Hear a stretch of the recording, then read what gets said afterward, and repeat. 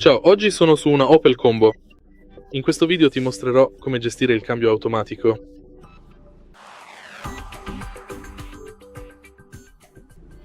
All'inizio premi delicatamente il piede sul freno e dai un'occhiata attenta al centro dell'auto, per sicurezza. E proprio qui abbiamo questa manopola. Per cambiare la modalità del cambio, basta ruotare questa manopola tra le modalità parcheggio, retromarcia o le guida.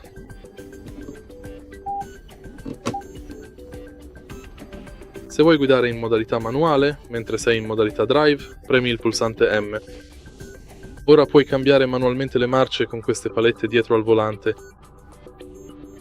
E fondamentalmente è tutto qui. Se hai trovato utile questo video, lascia un like, un commento e iscriviti al canale.